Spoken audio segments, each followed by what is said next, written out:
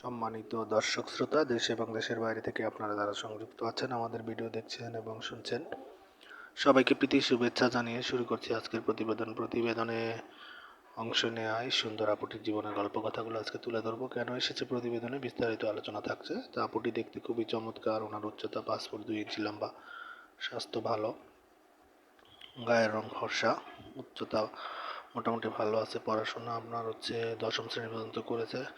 উনি বিবাহিতা নারী, ওনার হাজব্যান্ড রোড অ্যাক্সিডেন্টে মারা গেছে। ওনার একটি ছেলেবাবু আছে 4 বছরের।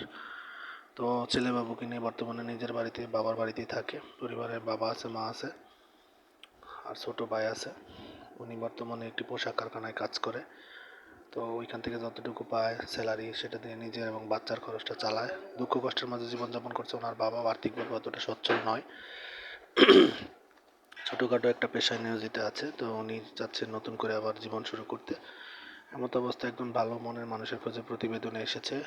আপনারা যারা এই ধরনের বিবাহিতা, ডিভোর্সি বা হাজবেন্ড নেই এরকম নারীকে জীবনসঙ্গী করতে চান, ওনার সাথে কথা বলতে পারেন। স্ক্রিনে দেওয়া নাম্বারে ফোন করে ওনার নাম, ঠিকানা, ডিটেলস ওনার মুখ থেকে জেনে নেবেন। আর আমাদের চ্যানেলের ভিডিওগুলো যদি ভালো লাগে, না টেনে পুরো ভিডিও দেখে একটি লাইক, কমেন্ট, শেয়ার করবেন। চ্যানেলটিকে সাবস্ক্রাইব করতে বলবেন না, পাশে থাকবেন সেই প্রত্যাশা নিয়ে বিদায় নিচ্ছি। ভালো থাকুন, সুস্থ থাকুন, স্বপ্নের ছোঁয়া চ্যানেলের সাথে থাকুন। আসসালামু আলাইকুম।